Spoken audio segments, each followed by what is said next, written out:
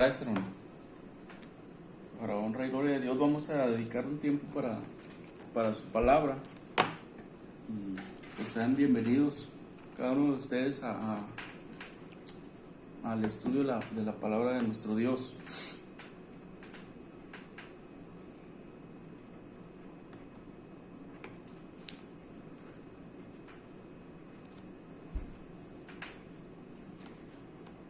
Vamos a basar nuestra meditación en la palabra de nuestro Dios en una historia, en tres historias básicamente, pero quiero recordarles primero una de ellas, y es la historia más antigua de la humanidad que encontramos allá en Génesis 3,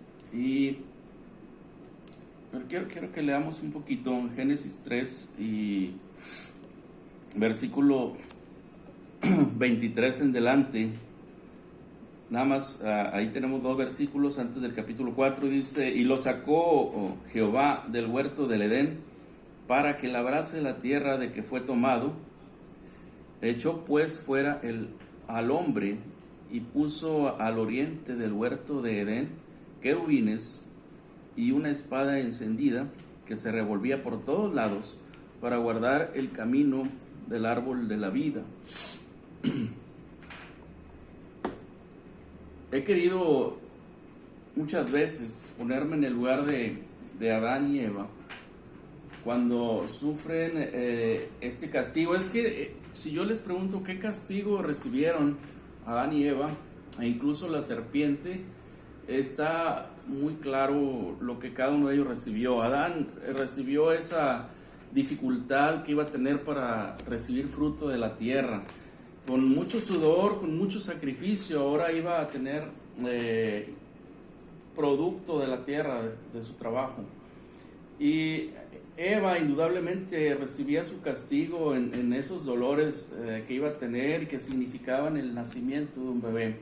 Igual la serpiente recibe su justo castigo. Pero dentro de todo esto hay un castigo que no se menciona en sí como tal, sino que lo vemos en estos dos versículos, donde tanto Adán como Eva son expulsados. Y no sé a quién de ustedes les gusta ser expulsados de un lugar, creo que a nadie. Los niños que ahora en la escuela no se ponen tristes si acaso son expulsados de la misma, y de cualquier lugar que fuésemos expulsados, no es algo que nos agrade. Y Adán y Eva, yo quiero ponerme en el lugar de ellos y pensar y voltear hacia atrás y ver la entrada al huerto de Edén, protegida por querubines, protegida por una espada que se revuelve de un lado a otro, evitando que yo pueda regresar hacia atrás. Y puedo voltear y miro lo que está ocurriendo, lo que dejé allí encerrado en el huerto. Y yo lo invito ahorita a que pensemos, ¿qué es lo que dejamos en el huerto? Si somos Adán y Eva. Y es que cuántas cosas había en ese huerto que eran bendición, eran cosas buenas que Dios había provisto para el hombre y la mujer. Y es que no faltaba el agua en ese lugar, había un río que regaba en 4 brazos y se repartía, pero al pasar por el huerto era el agua que necesitaban para tener el fruto de la tierra. Por eso era algo sencillo. Cualquier cosa que plantaran, cualquier cosa que sembraran, había abundancia de alimento en el huerto. No faltaba nada, ellos podían subsistir tranquilamente. Había agua, había alimento, había abundancia, había bendición. Pero sobre todo había algo más ahí, que era lo que le daba el máximo valor al huerto. Lo que más me impacta a mí que había en ese lugar era la comunión con Dios. Y era lo que ellos ahora estaban perdiendo, y seguramente era lo que ahora más extrañarían. Porque ahora iban a salir del huerto, y ahora ¿qué van a encontrarse de aquel lado? Viene sufrimiento para Eva, viene sufrimiento para Adán, porque ahora él va a tener que batallar, va a tener que acarrear agua desde donde la exista hasta donde él está sembrando, porque eso significa el sudor en su frente con el cual iba a tener el fruto de la tierra, era tener que batallar, tener que traer el agua, tener que conseguir lo necesario para sembrar, para plantar. Pero lo más importante que está perdiendo ahora es la comunión con Dios. Y es que comunión significa, viene de dos palabras, hermanos, que es unión y es común. Es decir, están dos personas en comunión. Significa estar unidos, así como estaba unido Dios con su creación. Y es que estar en comunión significa estar en paz. Sin embargo, el hombre ahora ha producido una condición en la cual una espada está interpuesta entre ellos y aquel lugar donde estaba la comunión con Dios. ¿Qué extrañarían ellos, hermanos, del huerto? Póngase en el lugar de Adán y Eva y piense qué extrañaríamos del huerto que estamos perdiendo.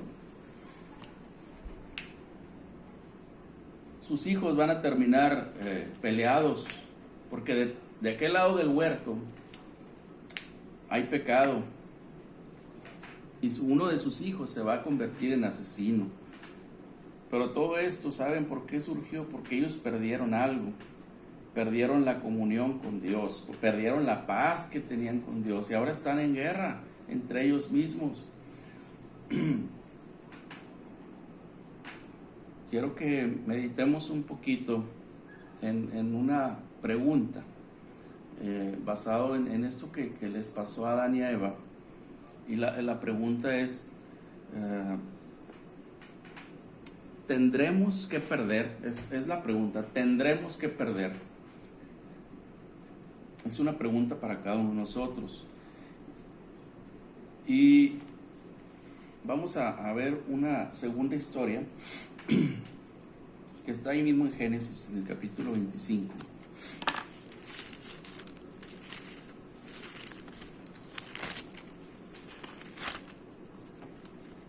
Fíjese lo que dice en el versículo 27.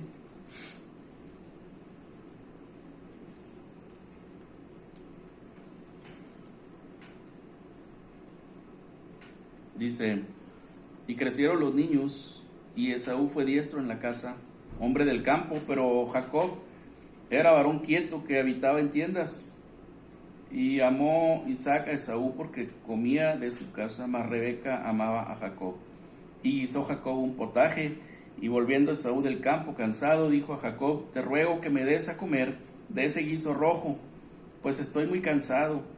Por tanto fue llamado su nombre Edom. Y Jacob respondió: véndeme en este día tu primogenitura. Entonces dijo Esaú: he aquí que yo me voy a morir, ¿para qué pues me ha de servir la primogenitura? Hermanos, quiero que veamos la historia de Jacob y Esaú brevemente, pero usted sabe que Jacob es el menor, que son gemelos. Sin embargo hay un mayor, hay un primogénito. Ese primogénito usted sabe que es Esaú. Y usted sabe también que el primogénito tenía un lugar especial en la familia. Usted sabe que como primogénito, el primer hijo varón de la familia iba a ser el heredero, iba a ser el que iba a guiar a su familia, iba a ser algo especial y era especial para su padre. Esaú en este momento tiene hambre y al ver ese guisado de lentejas tan rico, tan delicioso, él lo que decide es poner en una balanza ese plato de lentejas y en el otro lado de la balanza su primogenitura. Y él dice: pues si yo como quiera me voy a morir, ¿para qué me ha de servir mi primogenitura? Y él la tiene en poco, hermanos, y él decide inclinar esa balanza hacia el lado de aquel plato de lentejas. Sin embargo, unos días después, ahí en 25, en el capítulo 27, perdón, es unos días después, nosotros tenemos ahí en el capítulo 27, Versículo 37 dice: Isaac respondió y dijo a Esaú: he aquí yo lo he puesto por señor tuyo, y le he dado por siervos a todos sus hermanos, dice, de trigo y de vino le he provisto. ¿Qué pues te haré a ti ahora, hijo mío? Y Esaú respondió a su padre: no tienes más que una sola bendición, padre mío, bendíceme también a mí, padre mío. Y alzó Esaú su voz y lloró. Hermanos, vemos aquí a Esaú llorando, pero ahora está llorando por aquello que hace unos días no le dio el valor que realmente tenía. Hace unos días él dijo: vale más un plato de lentejas que mi primogenitura. Sin embargo, unos días después, cuando él va a recibir la bendición de su padre, él le reclama: padre, pues bendíceme. Y le dice Isaac, dice: ya no tengo bendición, ya di mi bendición, porque Jacob, hermanos, había venido a tomar lo que él había comprado. Es decir, había robado, dicen por ahí, pero realmente lo que vemos es una venta. Jacob había comprado aquella primogenitura. ¿Por qué? Porque Esaú no le dio el valor que realmente tenía, sino que él se da cuenta hasta que pierde la bendición que le tocaba a él. Y es que estamos viendo una pregunta, y la pregunta es: ¿tendremos acaso que perder? Y la pregunta va enfocada a que si tenemos que perder para entender lo que tenemos, para comprender lo que tenemos. Adán y Eva tuvieron que perder su acceso al huerto para entender lo que habían perdido. Había algo más escondido en el huerto, ¿se acuerdan? Aquel árbol de la vida. También perdieron acceso al árbol de la vida. ¿Por qué? Porque lo tuvieron en poco.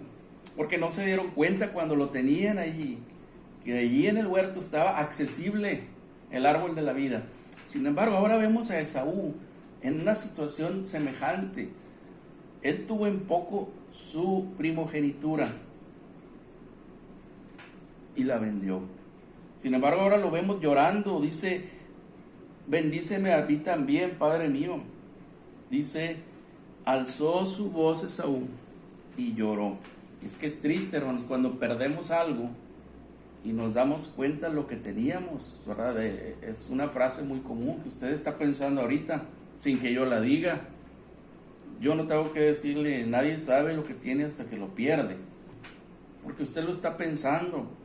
Porque poniéndonos en el lugar de Adán y Eva, decimos: es que ellos no sabían lo que tenían hasta que lo vieron de lejos.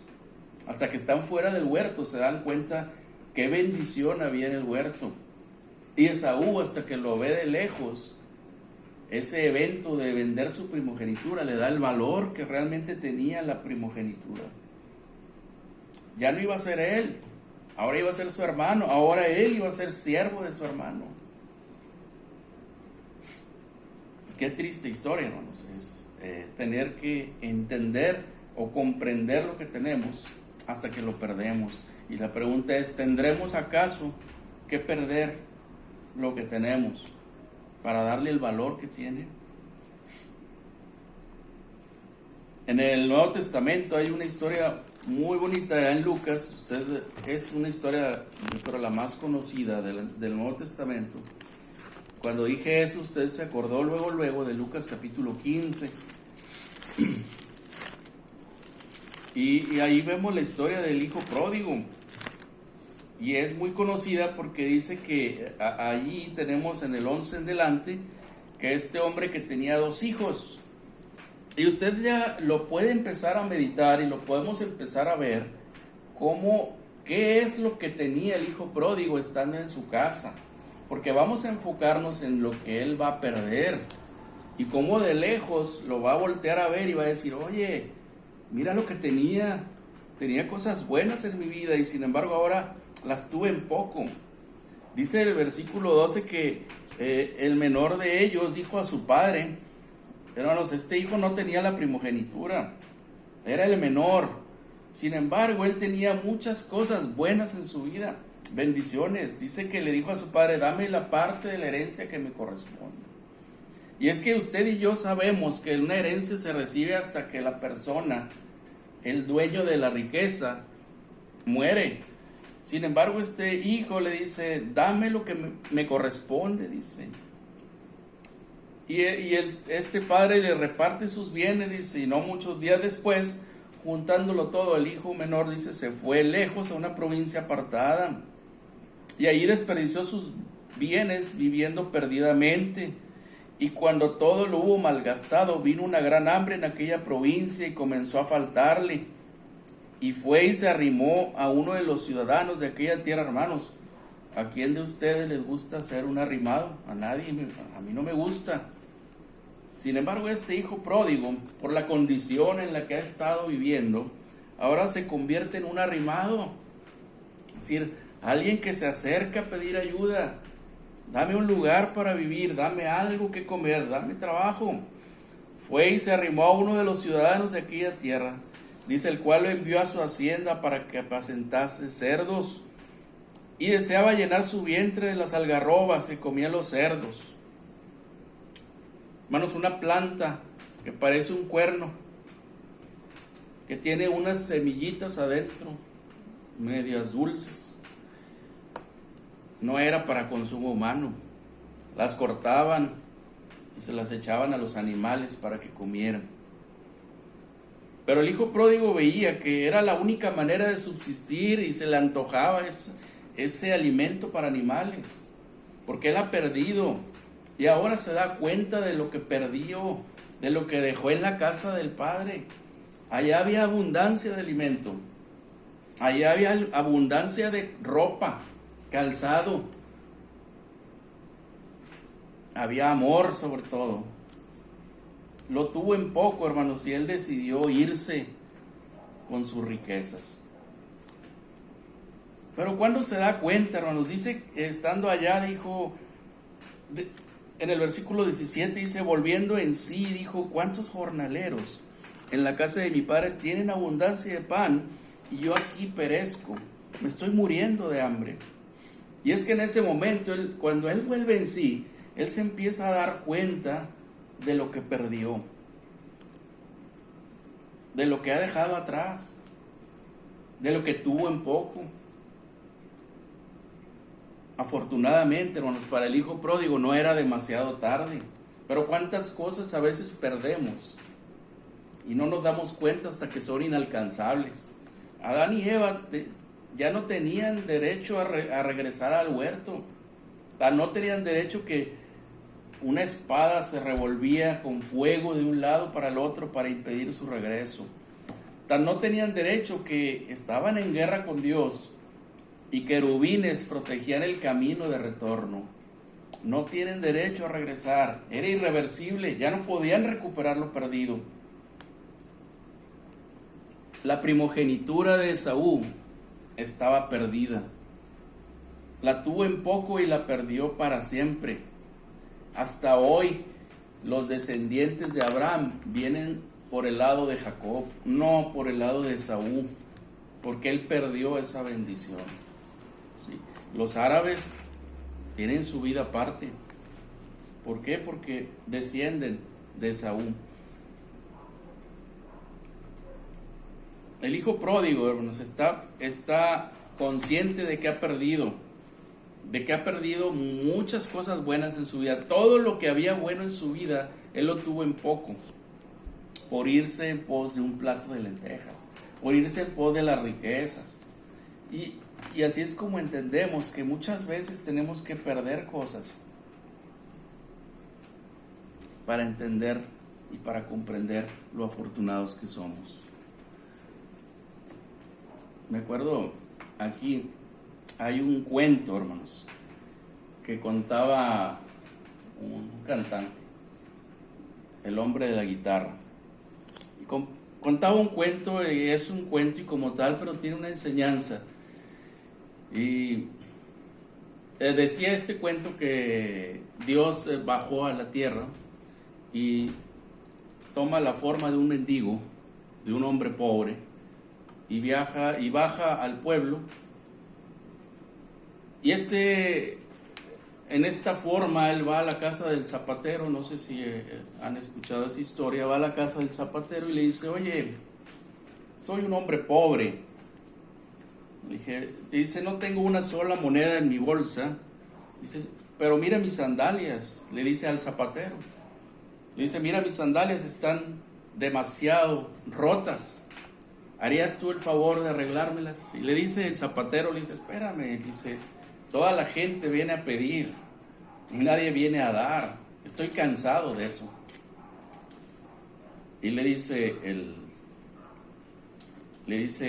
en este cuento, le dice Dios en forma de pordiosero, le dice, yo te puedo dar, dice, lo que tú quieres o lo que tú necesitas para ser feliz. Y el zapatero voltea y lo mira de pies a cabezas y le dice, y le dice, bueno, ¿a poco tú me puedes dar el $1,000,000 que yo necesito para ser feliz? Y le dice aquel hombre, le dice, yo te puedo dar hasta 10 veces eso. $10 millones, sí. Dice, sí te los doy, pero a cambio de algo. ¿Qué quieres? Le dice el zapatero. Le dice, a cambio de tus piernas. Y el zapatero le dice, oh, Dios, ¿para qué voy a querer $10,000 si no voy a poder ni siquiera caminar? Y le dice, bueno, dice, te voy a dar $100 millones, $100 millones a cambio de tus brazos. Y le dice el zapatero, no, pues ¿para qué me va a servir $100 millones si no, ni siquiera voy a poder comer solo? Le dice, bueno, entonces te doy $1,000 millones, $1,000 millones por tus ojos. Y el zapatero le dice, pues ¿para qué voy a querer $1,000 millones si no voy a poder ver a la gente que quiero, a mi esposa, a mis hijos, mis amigos? No me sirve. $1,000 millones. Y le dice aquel hombre, aquel pordiosero, le dice, bueno, mira, hermano, le dice, mira, la fortuna que tienes en tu cuerpo, dice, y ni siquiera te has dado cuenta. Entonces, ¿por qué? Porque le da a entender que él no cambiaría ninguno de sus órganos de su cuerpo a cambio de ninguna cantidad de dinero. Y así podríamos pensar nosotros que no tenemos nada. Que no tenemos nada en nuestra vida, que somos a lo mejor hasta miserables. Sin embargo, nuestro cuerpo está lleno de bendiciones. Y a veces no nos damos cuenta, no lo entendemos. Las cosas que Dios ha puesto a nuestro alrededor.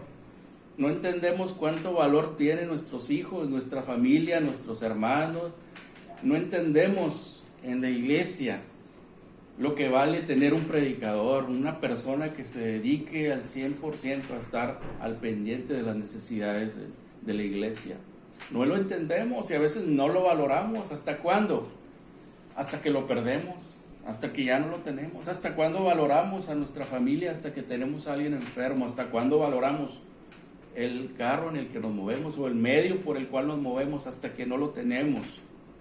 Y esto es parte de nuestra naturaleza humana, no valorar lo que tenemos hasta que lo perdemos. Y es que será acaso necesario que perdamos las cosas que tenemos, las bendiciones de Dios, que Dios nos ha puesto a nuestro alrededor, para que entendamos lo que valen. Es una pregunta. Hemos visto 3 historias y quiero que repasemos lo que ellos perdieron. Primero, Adán y Eva, ¿qué fue lo más importante que perdieron? La comunión con Dios. Mire, vamos a ver Salmo capítulo 25. El Salmo capítulo 25, versículo 14. Dice, la comunión íntima de Jehová es con los que le temen, y a ellos hará conocer su pacto. La comunión íntima de Jehová es con los que le temen. Y pregunto aquí a cada uno de nosotros, ¿estaremos en comunión con Dios?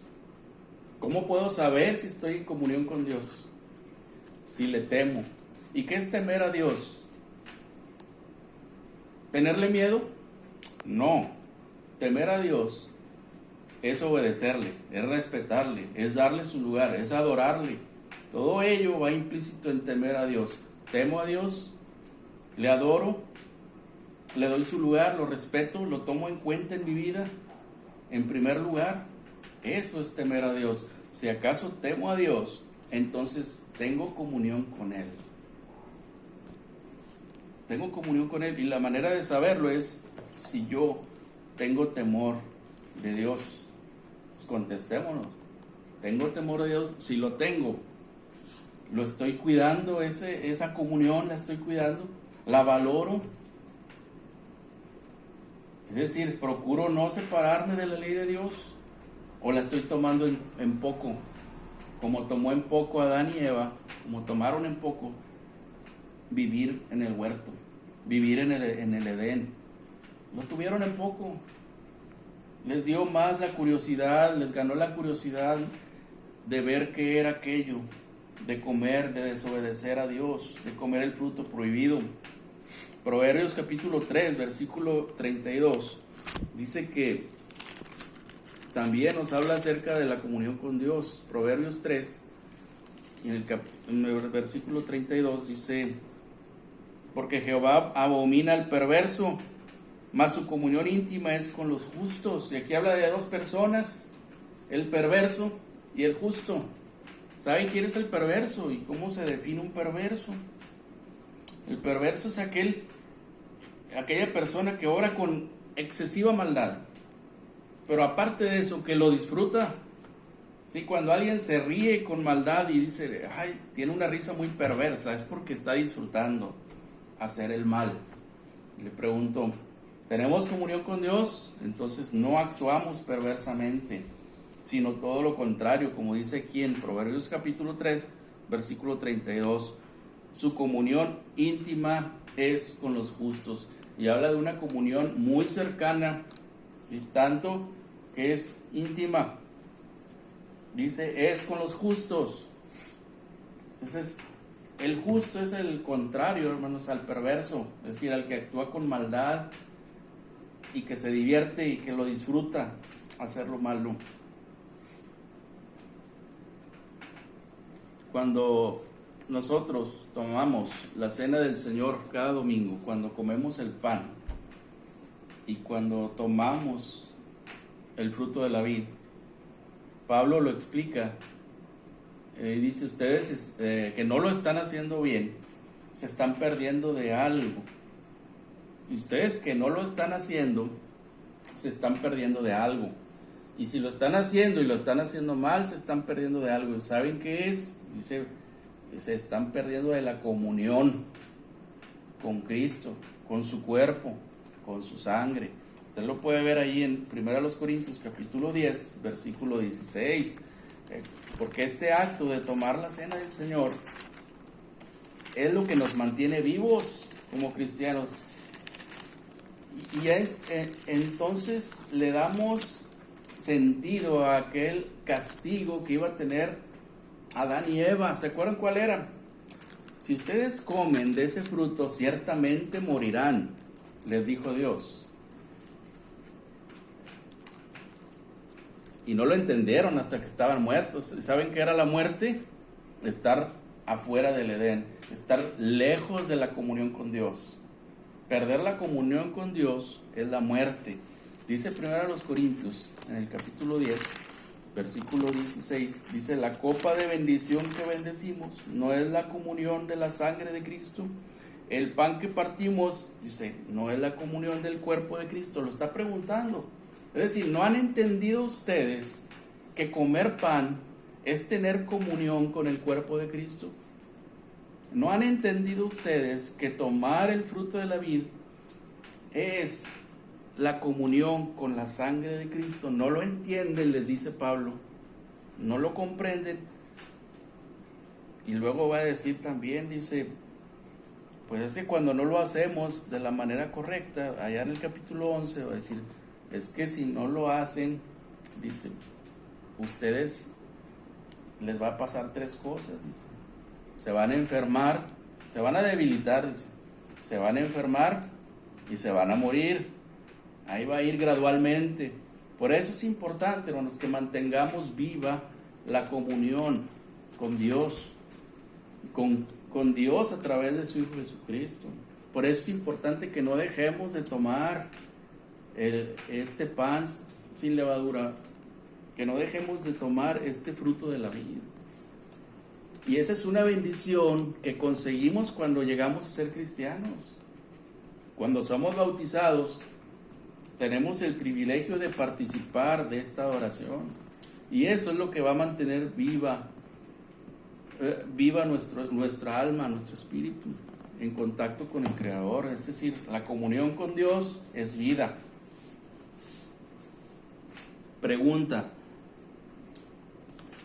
los que ya son cristianos, los que ya somos, los que fuimos, ¿valoramos la comunión que tenemos con Dios? ¿O estamos igual que Adán y Eva, que no sabemos lo que tenemos y hasta que lo tengamos perdido le vamos a dar el valor que esta comunión tiene? ¿Cuántos hermanos que ahora no pueden reunirse, que no pueden tomar la cena del Señor, quisieran hacerlo y no lo pueden hacer?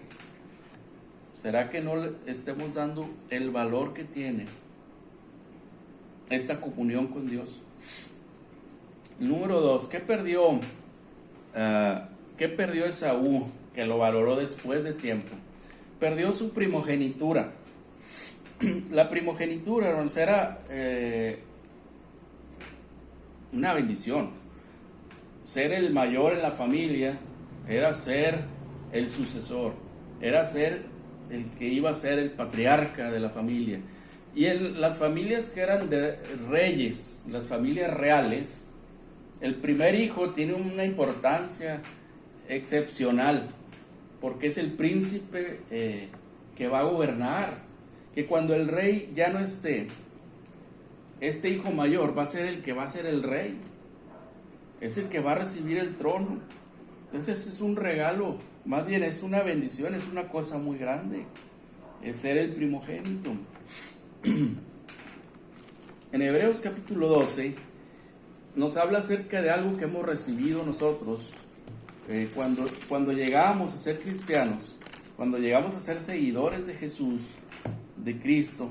Cuando lo recibimos en el bautismo, recibimos otro regalo, y ese regalo es formar parte de un grupo de personas, y de ese grupo de personas tiene algo especial delante de Dios. Hebreos capítulo 12, versículo 15, dice, miren bien, pongan atención, dice aquí el escritor de Hebreos, a los hebreos, dice, no sé que alguno se deje de alcanzar